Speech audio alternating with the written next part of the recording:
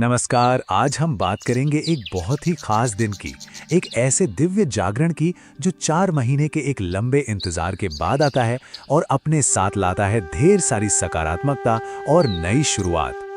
अक्सर ये सवाल मन में आता है कि साल में एक ऐसा समय क्यों होता है जब शादी ब्याह जैसे सभी शुभ काम अचानक रुक जाते हैं। इसी सवाल का जवाब हमें आज के हमारे विषय देव उठनी एकादशी के मर्म तक ले जाएगा। तो इसका जवाब छिपा है चातुर्मास में। ये वो पवित्र 4 महीने हैं जब ऐसी मान्यता है कि सृष्टि के पालनहार भगवान विष्णु क्षीर सागर में योग निद्रा में लीन हो जाते हैं। मतलब एक तरह का दिव्य और गहरा विश्राम। इस टाइमलाइन से ये पूरा चक्र एकदम साफ हो जाता है। इसकी शुरुआत होती है देवशयनी एकादशी से, जब भगवान विष्णु विश्राम के लिए जाते हैं, और इसका समापन होता है देव उठनी एकादशी पर उनके जागने के साथ।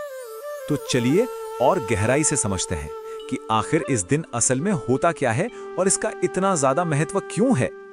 देखिए, ये सिर्फ नींद से जागना नहीं है, बल्कि ये पूरे ब्रह्मांड में एक नई पॉजिटिव एनर्जी की वापसी का प्रतीक है। यही वो पल है जब रुके हुए सारे मांगलिक कार्य, खासकर विवाह, फिर से शुरू हो जाते हैं। ऐसा लगता है मानो पूरी सृष्टि को सौभाग्य का आशीर्वाद मिल गया हो। मतलब इसका आध्यात्मिक महत्व बहुत ही गहरा है। ये सिर्फ शादी ब्याह के मौसम की शुरुआत नहीं, बल्कि ये आत्मा के नवीनीकरण का एक नई शुरुआत का दिन है। ऐसी मान्यता है कि इस दिन पूरी श्रद्धा से रखा गया व्रत हमारे जाने अनजाने में हुए पापों को धो सकता है और हमें मोक्ष के रास्ते पर आगे बढ़ा सकता है। अच्छा, तो बात करते हैं कि इस पवित्र दिन को मनाया कैसे जाता है। इसकी शुरुआत करते हैं 2025 के शुभ मुहूर्त और समय से। तो 2025 के लिए जो समय है वो देखना जरूरी है। यहाँ एक बात ध्यान देने वाली है कि एकादशी तिथि 2 दिन तक फैली हुई है और व्रत खोलने का यानी पारण का एक खास मुहूर्त होता है।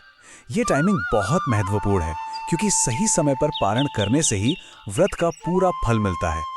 अब अगर पूजा विधि की बात करें तो सुबह पवित्र स्नान और घर की सफाई से दिन शुरू होता है। रात में भजन कीर्तन के साथ भगवान को जगाया जाता है।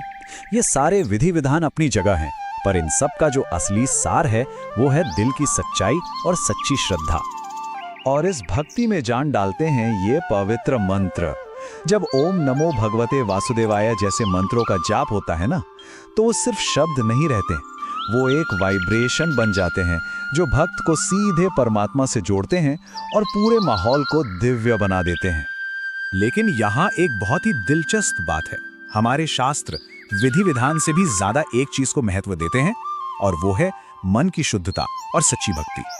इसे समझने के लिए एक बहुत प्यारी कथा है।